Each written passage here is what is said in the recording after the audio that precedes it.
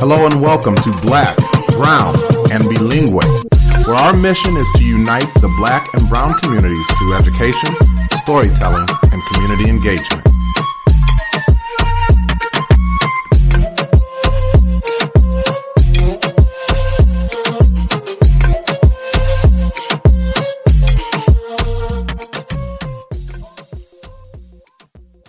The vision of Black, Brown, and Bilingue is to be part of creating a world in which Black and Brown identities are affirmed, bilingualism and biculturalism are nurtured, and equity is the driving force behind all that we do. Thank you for joining us again today. I am Lissette Jacobson, and I am one of your hosts. And I'm Maurice McDavid. I'm your other host. Hello, welcome to Black, Brown, and Bilingue. Thank you so much for tuning in. We have a wonderful guest on today's episode, Mr. Andre Norman, known to many as the Ambassador of Hope and author of the new book of the same name. His experience and expertise is what empowers him to speak about and create training programs for families in crisis, substance abuse, teen drinking, re-entry, ex-offender, gangs, prison reform, and mentoring. He travels to schools, churches, and community centers around the world to serve as a mentor and friend to youth and community members alike. Andre, welcome to the show. Thank you for having me. I appreciate you both.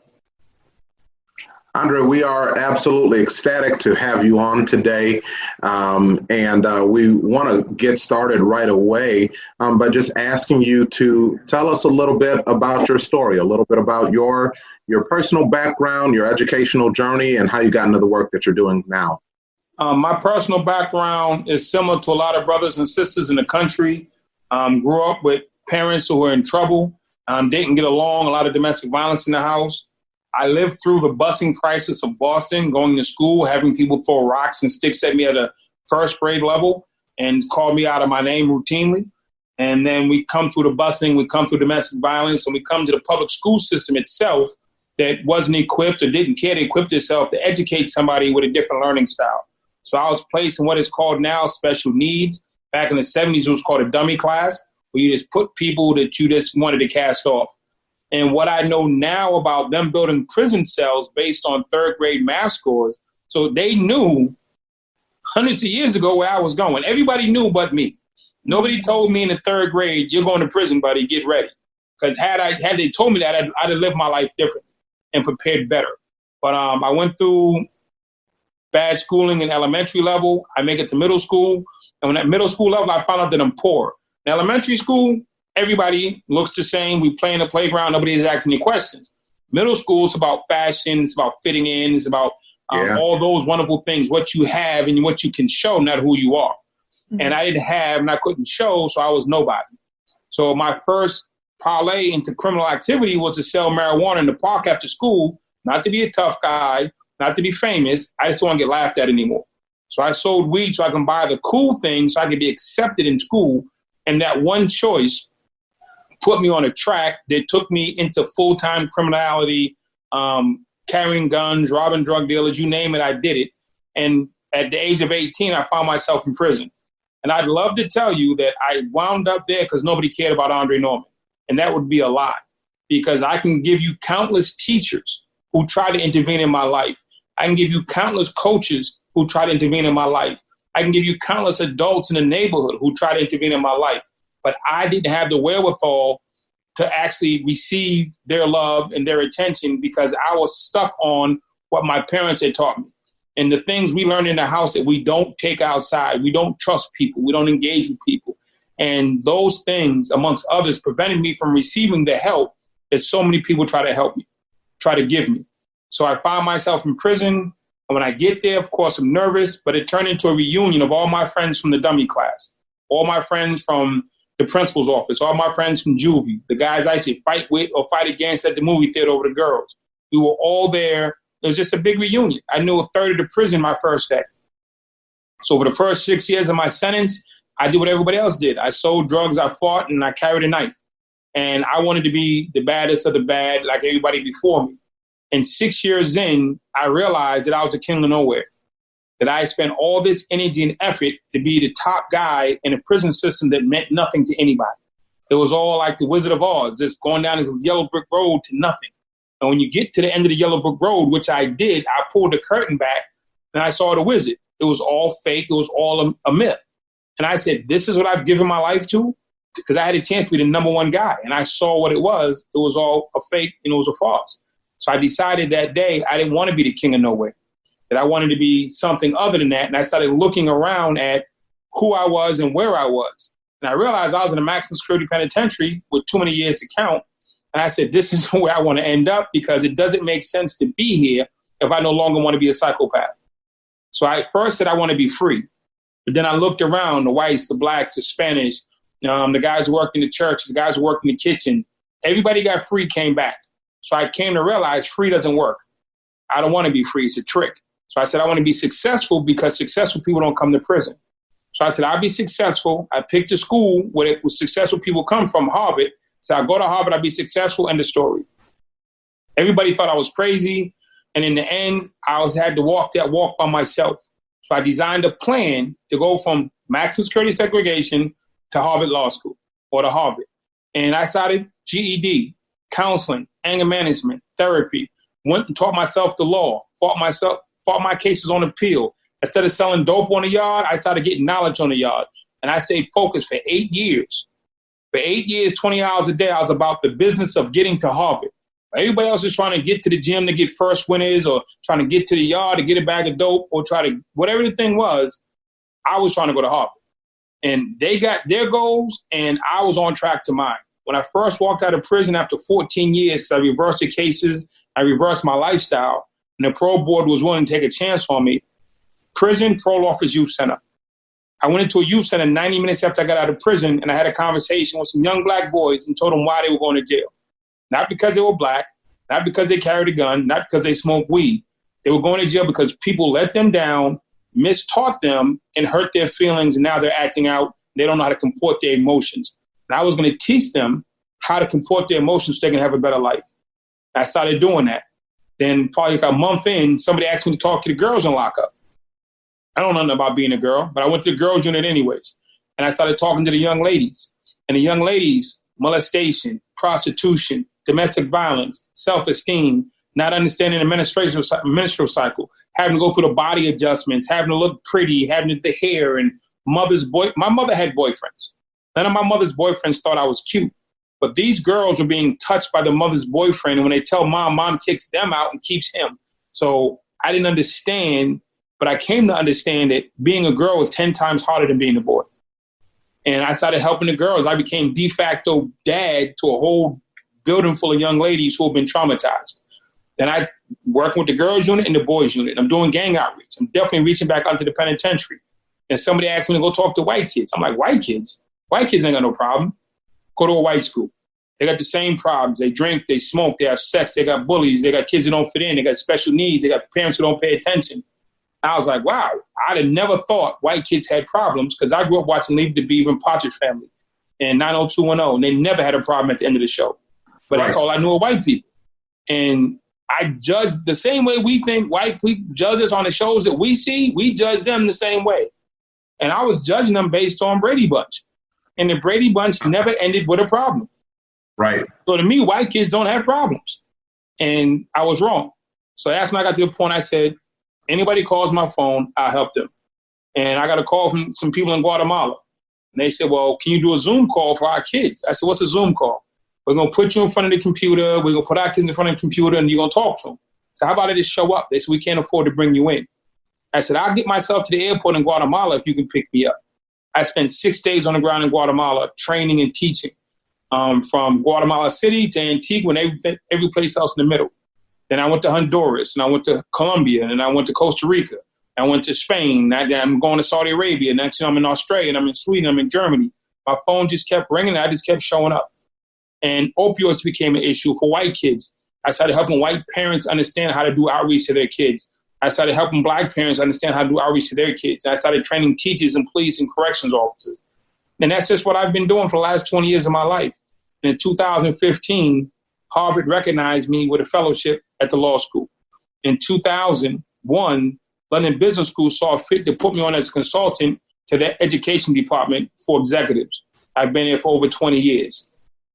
And I just been working and doing what I do best, bringing about education. And in this last round, I run a prison program in South Carolina because men died and they didn't know how to fix it. So you have an ex-gang leader running a prison block in South Carolina. It's the first time in the country. And our program has zero use of force, zero assaults, zero murders, zero weapons, zero anything. We got all the top gang leaders in here doing and being better. And they're being recognized around the country for the great work that they're doing, showing that the alleged violent people can be nonviolent and interventors if you give them the chance. And since I worked in Ferguson, and I've been working with Michael Brown Sr. for 5 years because I'm still his mentor, and we helped him go from being a distraught dad to being a forgiveness coach. I just got called based on, I've been getting calls from all my white friends based on what's happening in Minnesota. And I had to ask myself, what am I going to say to white people? Because white people right now are stuck. And I thought about it and I reflected on it. And for 400 years, we've been wanting to have the conversation to eradicate the tension between whites and blacks in this country. So I've spent the last 2 months talking to every white person I can, trying to educate them on understanding the black experience to move us forward. Wow. Talk about an incredible story. And I keep hearing this theme of kind of like redemption and really how you turned your life around. For us as educators, you know, we see students who come in from all walks of life. And like you mentioned, trauma is really universal. What would you say to teachers, or what do you say to teachers who perhaps have students that they are struggling with and they feel like that there's nothing they can do because they will not change, where you clearly are an example that people do turn around? The first thing that I say to teachers is you have to understand that the person standing in front of you is not the person that you're dealing with. The person that's standing in front of you is a person that's hiding their shame, hiding their trauma, hiding their feelings from you. So when you get to school, it's a place of safety, it's a place of make-believe. You're at home as a 12-year-old being molested. You get to school, it's a safe zone. You're home watching your mother do craziness as a 14-year-old boy. When you get to school, it's a safe zone. You're at home, there's no food, there's no lights, there's no heat. When you get to school, it's a safe zone. So when you get to school, you want to forget your reality and live in a fantasy of this little 8-hour block of normalcy. This is my normalcy. This is where I can be normal. I can be a kid. I don't have to fend for myself or protect myself or hide in a closet. I can come to school and be normal. So when the teacher sees a child, you're seeing that person living out of fantasy versus their reality. If you want to get to know that child, you have to get to know them outside of the school building, which is a difficult task, but it's doable. And I used to train teachers how to do home visits, to go to the house and visit the kid and see how they're living. And in the home visit, I'll give you one thing. I teach them, when you go in, there's 3 things you want to do. You want to sit in the kitchen first, and while whoever's in the kitchen, you say, hey, can I get something to drink? Make them open the refrigerator. Do anything to make them open the refrigerator, because if there's no food in the refrigerator, the kid's not eating. Second, you're going to ask to use the bathroom. Not because you have to use the bathroom, but because you want to see what it looks like. If the bathroom's dirty, the whole house is dirty. And the third thing you want to do is you want to go visit the kid's bedroom to see where they're sleeping. I've seen kids sleeping on floors, sleeping on couches, sleeping on broken furniture, and you want to get a sense of how this kid is living in that space. And then the biggest thing you need to know, you're going to visit the family with the child there, and when you leave, you have to show that child that he's no different than he was the day before. You can't say, oh, my God, I'm so sorry your sisters are drunk or your father's a crackhead or your house is shitty. I'm going to love you the same way I loved you yesterday. Because once you see their shame and you don't treat them different, they will bond to you, because now that you get them, but you're not belittling them. You're not looking down on them. They're not a pity case. That you can love them through their problems instead of saying, oh, my God, you're a pity case. And so embracing their shame, they will embrace you. And most teachers don't get the opportunity to embrace the shame of the child. You only get a chance to embrace the fantasy of the child. So there are a lot of different mechanisms and trainings that we can do to bridge the gap to embrace that child's shame. And it's not going to the home is one of multiple ways that we can actually bridge that gap. Yeah. Andre, that speaks a lot to something that Lissette has brought up before, just thinking about that language, Lissette, and that shame that you felt in needing to translate for your parents, and that teacher did not embrace that moment. So I think there's a lot of power in what you just said there, Andre. I'm wondering, as you've kind of already mentioned this idea that you have helped anybody and everybody, regardless of race. However, I do wonder, from your perspective, what role has race played in part of your formative years? And in particular, obviously, this podcast is Black, Brown, and Bilingue. We talk a lot about the interactions between the Black and Brown communities. What was that like for you, maybe in school or your time in prison or otherwise? When I grew up in Boston, Massachusetts, it's an extremely divided and racially charged city. Its history will speak to that. What made Boston different than, say, New York or California is when they started hiring Blacks to city jobs and state jobs. In New York City, there might be like 30,000 cops. So you hire 100 cops, you put up in the North Bronx, nobody knows. Nobody knows, nobody cares. California, you hire 100 cops, you stick them down and watch, nobody cares. In Boston, it's such a small city that they only had maybe 40 job openings every year. So they knew who was on the list to get a job. There's 40 job openings. They know the 40 names on the list. When they took 3 jobs and gave them to Blacks, they knew exactly who didn't get a job. That's Johnny Flynn's son's job you took.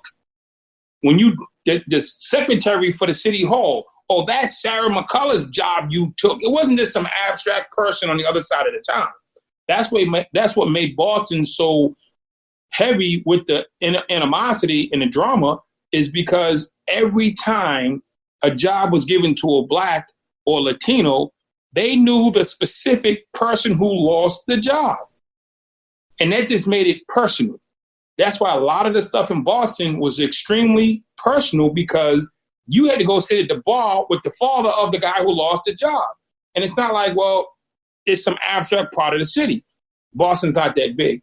So it being charged, we can have all the conversations about the wrongs and the evils or the upside downness or the unfairness of white people. And their mistreatment of us goes back long before I was born. From the time these boats pulled up on the shores, they've been mistreating us. So that's a given. That is fact and it's history. So what I'm looking at now in 2020 is, how do I take that history and I make it better? I'm saying, I'm not forgetting my ancestors who died. I'm not forgetting the trauma of me being stoned, not my great grandfather. See, people, oh, that was 20,000 years ago. No, Andre Norman had stones thrown at him. Me. So this is in my lifetime. But I have a choice as an adult. What do I want to focus on? Solutions or pain? I've already healed my pain, so I'm not going to relive my pain in public. So let's talk about solutions. And I'm going to take the wisdom of the experience and share knowledge on how somebody else can get through.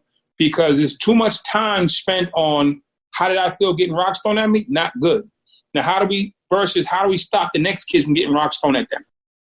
So the way we stop that is we have to educate our counterparts. White people ain't going no place, just like we ain't going no place.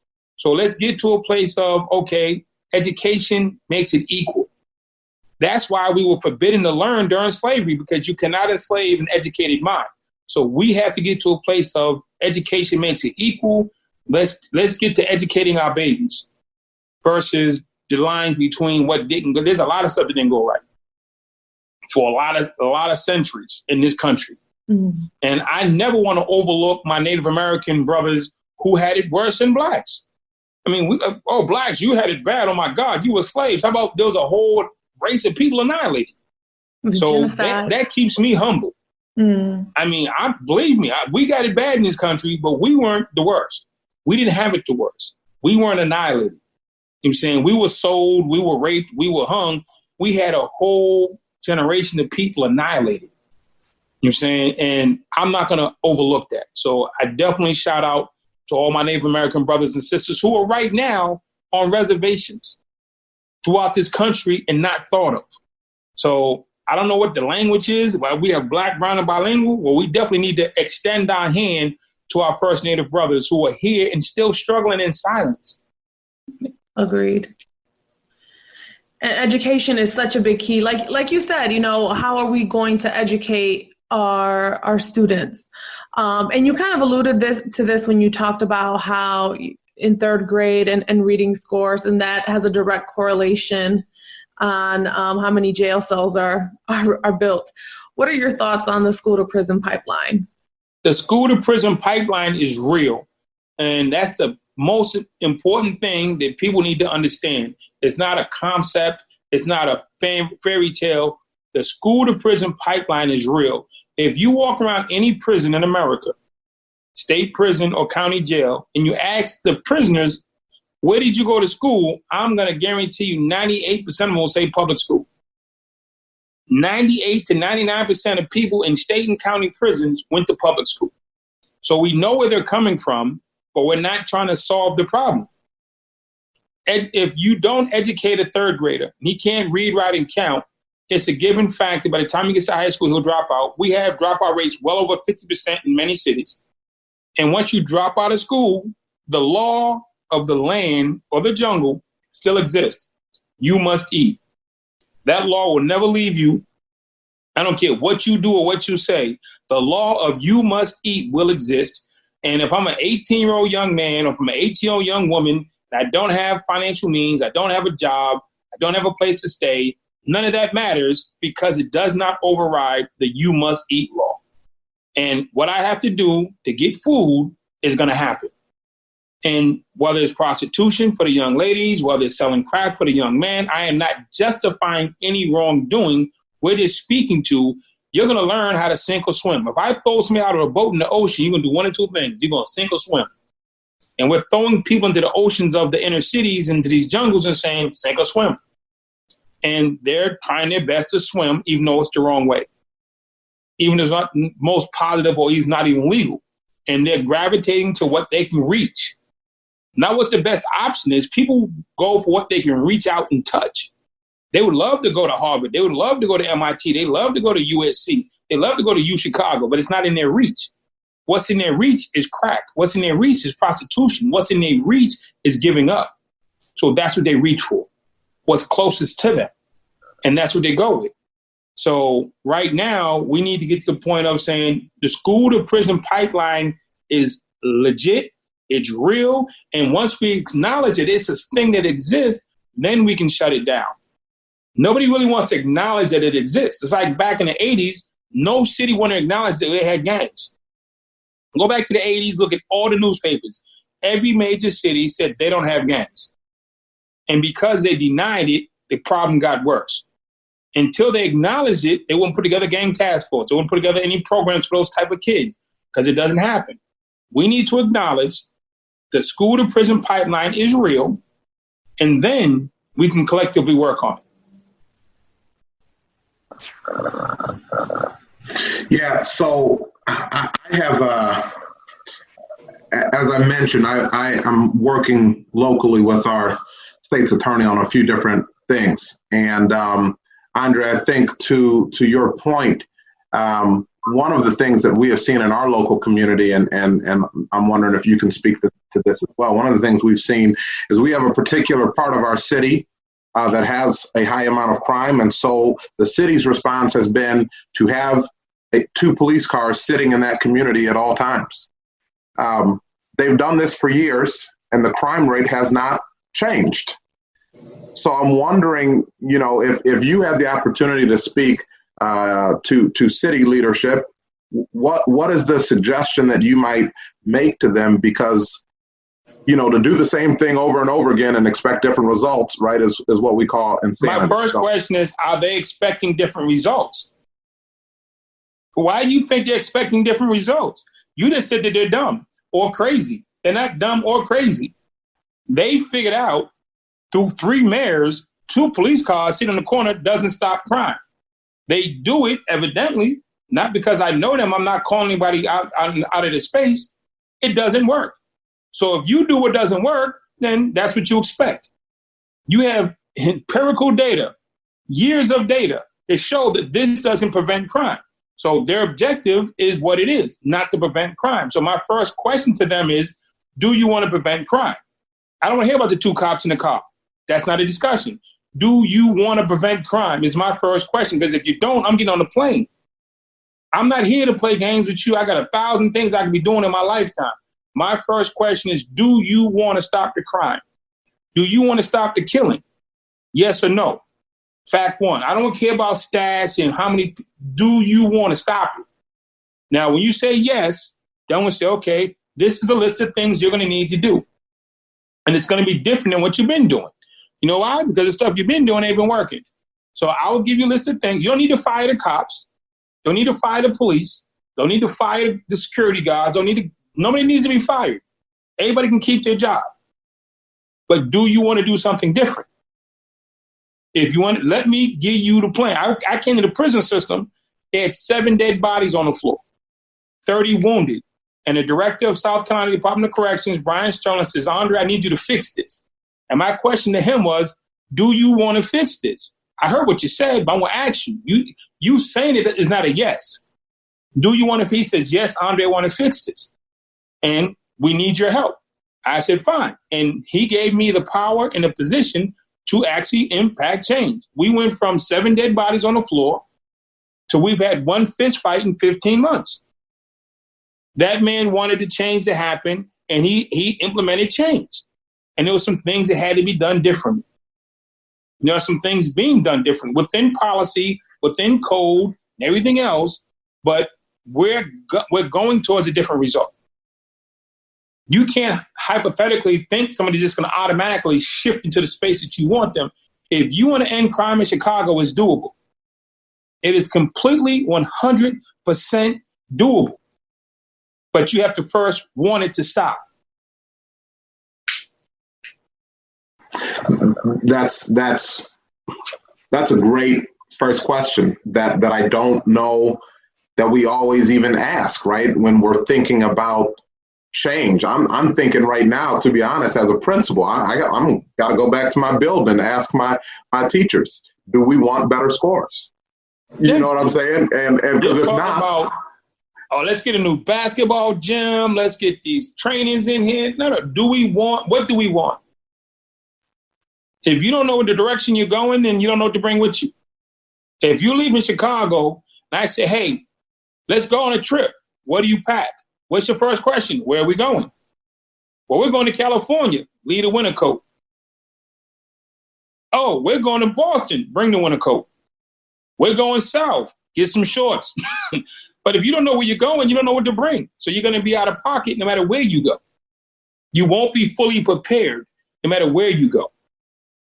So do you want to make your school better? And then what specifically niche do you want to make better? You want to make the entrance into the school better, the entry. You want to make the hallway safer. You want to make the classroom safer. You want to make the teachers' lounge better. So we've done a school turnaround in St. Louis. St. Louis had the highest crime in the country, had the worst neighborhoods, had the worst. We went in, and I did a Joe Clark at Roosevelt High School. There was one school there that was just the worst of the worst in the worst neighborhood. And it was a lady named Susie Spence, who was like my sister. We went in. She had already been there for 5 years, and she brought me in. And we worked together, and we turned that entire school around, one piece at a time. We didn't say we want to make the school better. We're going to make the entry and exit of the school safer and more efficient. We're going to make the classroom numbers more efficient. We're going to make the tracking of the kids more efficient. The accountability of the teachers more efficient. The accountability of people who are being suspended. The follow-up for this component. We went in and repainted the staff bathrooms, from the small things to the big things, but in specific silos, and we can see measurable differences. So the generality, we want it better? No, that's not going to get it. Don't bring me in if you don't want change. If you want to play the game, dial somebody else's number. That is so relatable. Yes, it is. And I'm sitting here going through the list of like, what are some of the things that I want to change? And yeah. So you also do some mentoring, and you talked about that. What do you think are the components of like a good mentoring program, or how did you get started in doing that work? I got started mentoring because I had a mentor. When I changed my life around, I started doing different things. I started going to classes and going to education and going to the library. I saw the effect that it had on the people around me who looked up to me. And I saw them trying to go to school now, them going to programs now. So I realized that my movements created other people's movements. That like a pond gets hit with a rock, it's going to ripple. So when I hit my pond, it rippled into other people, and I saw that. But I was doing it on the strength of trying to fix my own life, not understanding how to fix their lives. And I found my first mentor is a gentleman named Natan Schaefer. He's an Orthodox Jewish rabbi and chaplain at the prison I was in. And when I met him, he was just solid in who he was and what he taught. And it wasn't the religious stuff that made me come to him. It was the fact that he was just an honest man who taught good stuff. And he taught me responsibility. He taught me ethics. He taught me giving back. He taught me sacrifice. He taught me all the things it took to be human. So for me, the great components of a mentor is caring, capacity, consistency. You know what I'm saying? Those are the things that matter. Color is not on my list. Do you care about me? Do you have the capacity to help me? Are you going to be consistent in showing up? You know what I'm saying? The things that matter are the things that matter. Now, if you happen to be black too, I'll take that. But I'm not holding out for a black guy who's not going to be consistent, cares, or show or has the capacity. I want the person who can and will and wants to versus the person who just looks like me and feels obligated. So you want people in position who have the ability to help that person transform their life. They can hold me accountable. You know what I'm saying? That has the courage to challenge me. You know what I'm saying? Not just, yo, Dre, we going to fix this. No, I don't need that. I need you to tell me when I'm wrong. I need you to have the courage to tell me you're wrong. And my rabbi had the courage to tell me when I was wrong and challenge me to do and be better. It was never based on him looking like me or me looking like him. When you do that, you limit your options. You limit your options. You want the best person available or the best person possible, not the best black person possible. You know what I'm saying? I'm not set because that might not be the best person. There might be a differential between the best person possible and the best black person possible. You might be getting number 7 versus number 320. Nothing against my folks. I want the best person possible. And I build programs now, and a lot of the former gang leaders and gang members and hustlers from around the country, when I get on the phone, I teach them the game of how do you set up a nonprofit? How do you manage a nonprofit? How do you design a mentoring program? How do you create programs to impact kids? How do you host and be in meetings with politicians and rich people and foundation presidents? What is the protocol for moving in these spaces? Because nobody's teaching us how to move in these spaces. And then it's not getting in the room, it's staying in the room. And it's not always about your story. I could have spent the whole hour talking about my story versus talking about how do we correct things and move things forward, where people are being trained, just tell them your story. Now, put your story in the bag, man. Let's come up with some solutions. Your story is not a solution. So all the folks who run around here, your story is not the solution. So the solution is when you sit down, get the whiteboard and the paper out, and you break it down and look at the problem, look at what's creating the problems, and what can we do to offset the problems. My story will get you intrigued. My story will get your attention, but my story will not fix your life. So I'm not selling my story as a fix. And right now in Chicago, you have programs, the Violence Interrupters, you have Ceasefire, you have Faith-Based Initiative. All those started in Boston. I was on a call the other day, and there was people from around the country who were all on this call, and they were talking. Everybody talking about the program they had.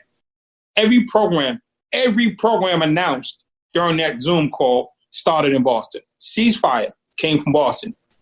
Police and clergy collaboration came from Boston. The Faith-Based Initiative, my wife wrote the charter. We sold it to George Bush in 2000. Facts. You know what I'm saying? Violence Interrupters, I started that in 2000. Facts. We go down the list. And so people are grabbing these programs and they're remaking them. And they're like the 3 years while one juvenile being murdered based on the Boston Miracle. You can Google Wikipedia. It's in the books. We're going back to 96. I'm hearing people in 2020 claiming programs like they're brand new. We was doing it in 96, homie. And it's not a competition. I'm glad you're using it. We want you to use more of it. We created a thing. I created a program called proven risk youth, because at risk and high risk was only 2 terms out when I came out in 2000. At risk and high risk is based on a zip code, not based on a child. So if you're a church kid and he's a gang kid and they said at risk youth, you both qualify because you haven't lived in the same zip code. I created proven risk youth, which is based on the kids' criminal behavior, because the foundations were giving money for gang kids. The agencies were taking the money because it said at risk, and they go get church kids, but kids who were doing well. They didn't have to take the gang kid because the qualification to be at risk was just a zip code. So what I did was create proven risk youth, which was broken down based on violent crimes, history, and criminal acts. So when money came out for proven risk youth, you had to have the violent kid. You had to have the gang member. You couldn't bait and switch with a church kid. We've raised over $150 million for proven risk kids, of which I got none of. It wasn't for me. I wanted to make sure the money got to where it was supposed to go. So right now, I was on the phone, the mayor of Newark, and then we're all on the call. Everybody's talking, and everybody's doing their 5-minute commercial about how great they are. I told the mayor, I said, listen, if you want to set up an Epic Center and you want to set up a command post in New Jersey, I'll give you the 20-year catalog of my work for free. Stop playing because if you in Chicago, if you got a team with Chicago, I mean, if the mayor of Chicago says I want to be the #1 in the country in this, and I will give you my 20-year catalog for free. Give it to you. I'm not gonna license it to you. You ain't gotta pay me nothing. I will sit with that man. If you want to bring about change, I will give you all 20 plus years of my work for free, and challenge anybody in the space to do the same. I've been around this planet 3 times. I've worked from Honduras to Guatemala to out in West Africa with child soldiers. I've got programs that make millions of dollars. I'm one of the top speakers on the planet. If your mayor wants it, I will give him every single program I have for free. If it's going to help, if he wants to save the lives of people in the city. I got to be honest with you. You're the first person that I've even heard say things like that. And you're right. We have a lot of people out there selling their story. And you just stretched my thinking. That alone is not going to bring about change. You need the action. You need the goals. You need, and so that's really like, you just caught me off guard. We need to be able to come into the schools, sit down with a principal and look at his problem from the principal standpoint. Me growing up poor, me being in a gang, me going to prison ain't got nothing to do with that man redesigning how his school is going to run. What kind of testing are we doing? What kind of security measures are we putting in? What kind of home visits are we doing? What kind of food program do we have? What kind of teachers development days are we doing? What are we doing to handle the drug problem, the sex problem? My story is not going to fix that. I need to come into a room and be a social scientist and help this man who runs this school put together programs to save these kids' lives and strengthen and empower our teachers. So that's not somebody's story. That's social science. That's program development. I'm saying that's psychology. That's caring in real time. I'm saying, and being able to understand how a school actually functions. Do you even understand how the city budget is set up? When people say, I need some money from the city, do you even understand how the city budget works? Ooh. No, you don't know how the city budget works. Why are they giving you any money? I ask people all the time. If I gave you $1 million right now, what would I get in return? Better kids, better city. Yeah, get out of here. Find a better spot. Find a better hustle. I need concrete, tangible measurables on what you're going to give. If I give you $1 million, what are you going to give in return? What is the city going to see for this $1 million?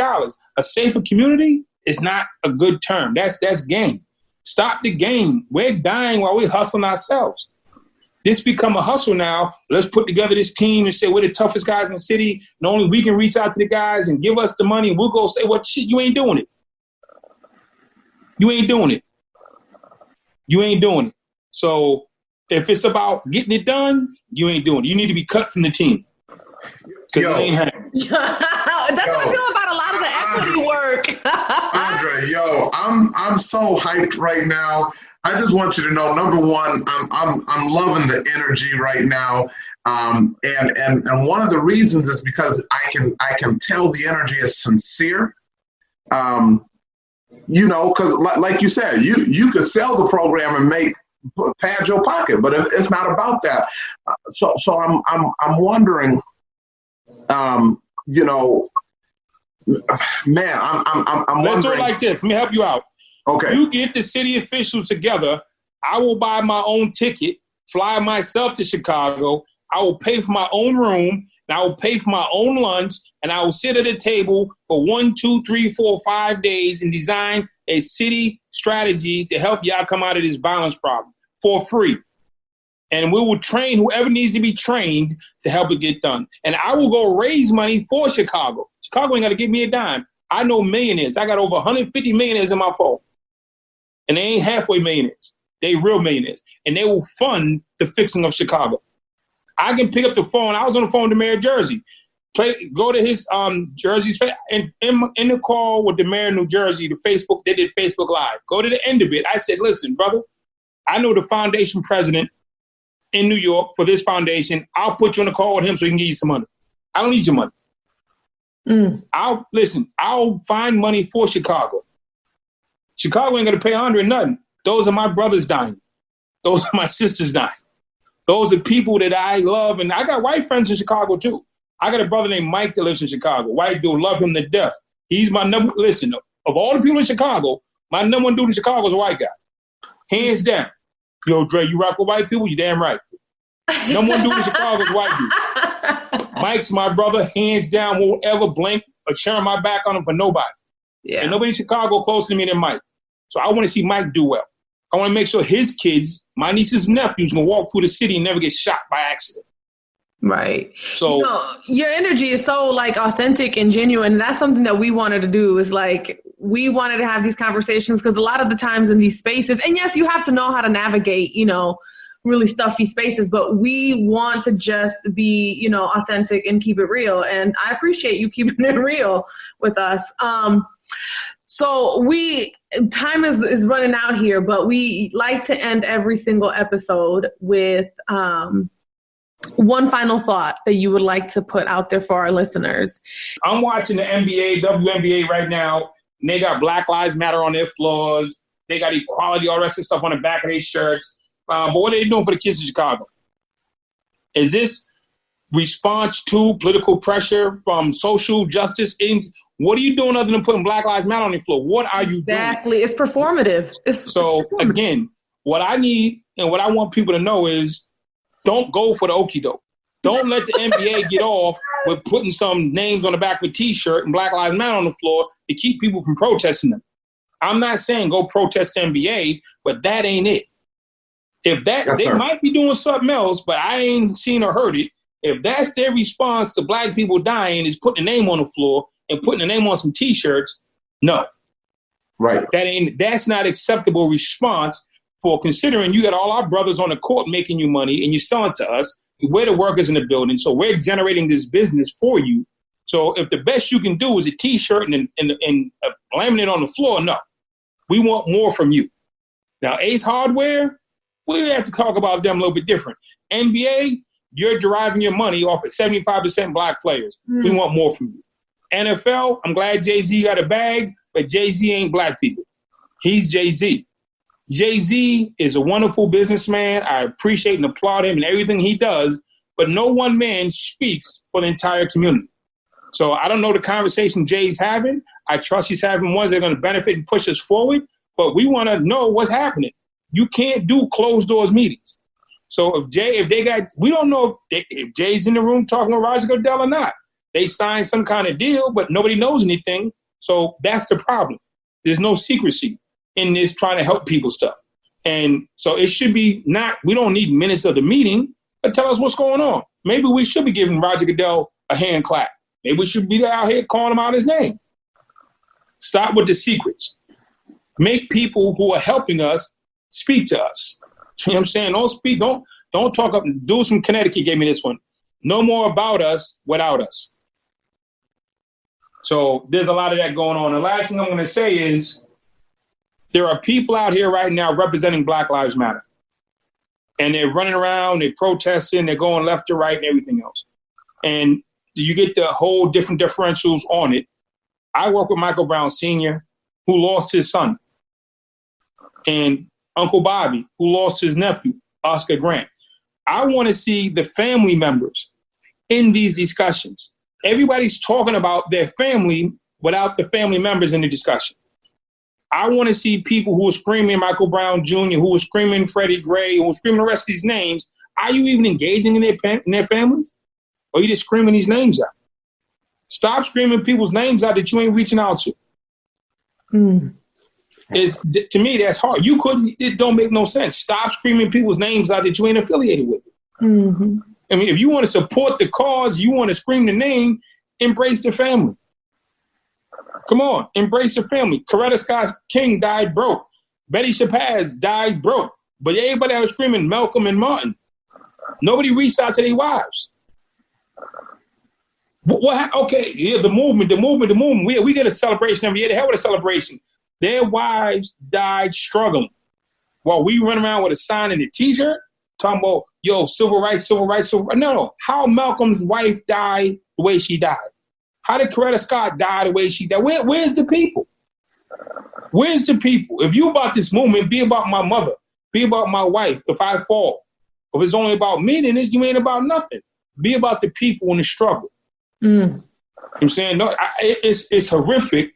And I was not to do anything different. So I put myself in a group that we weren't there for their wives. And we're not there in total for the family members. They're just a byproduct of the scenario. They should be first and foremost in the scenario. Got to be more than a hashtag. Got to be more than a hashtag. If you want, I'll tell you what. I'll make a call and I'll get you Michael Brown Sr. on your next podcast.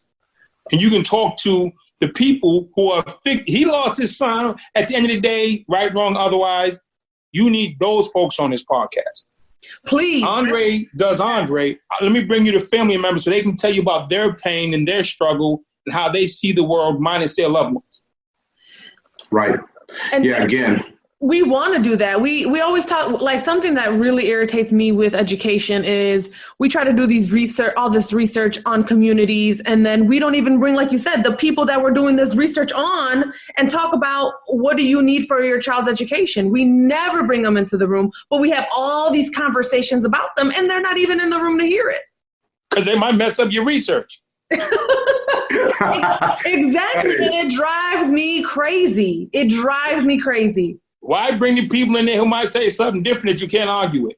Right. Oh, my goodness. So if you want some family members who are directly affected and why we have Black Lives Matter, then we can do that. And if I could, I say this all the time.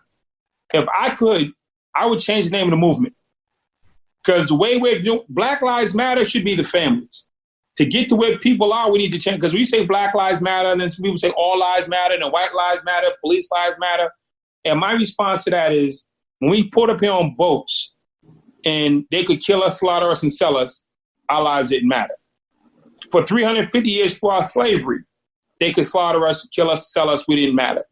Throughout Jim Crow and post-Civil War, they could still lynch us, burn us down, Rosewood, Tulsa, we didn't matter. Throughout the civil rights, we've seen the horses, the dogs, the fire hoses, the punches trying to sit at the table, but it didn't matter. Throughout the war on drugs and mass incarceration, we don't matter. So I want the movement to be called, Can Black Lives Matter Now? Because that speaks to what we're really saying, because some folks just don't seem to get it. I wanted to be, Can Black Lives Matter Now? Because for 400 years, we haven't mattered. And for no time during the 400 years, did white lives not matter? Did police lives not matter? So we need to reframe what we're saying because it's not going over well. Instead of saying, something, white folks ain't getting this, let's adjust. They're like, let's make them get it. It's not going to work. So we need to give them the context of what we're saying versus saying just get over it. So for 400 years and too many different eras, Black folks didn't matter. So the name of the movement should be, Can Black Lives Matter Now? With an understanding and a definition is sit them people down and make them understand so they can come on as allies and as partners to the movement. Why are we building walls instead of bridges? That's it right there. Okay, we're going to cut right there. Thank you so much for being on the show. We appreciate it.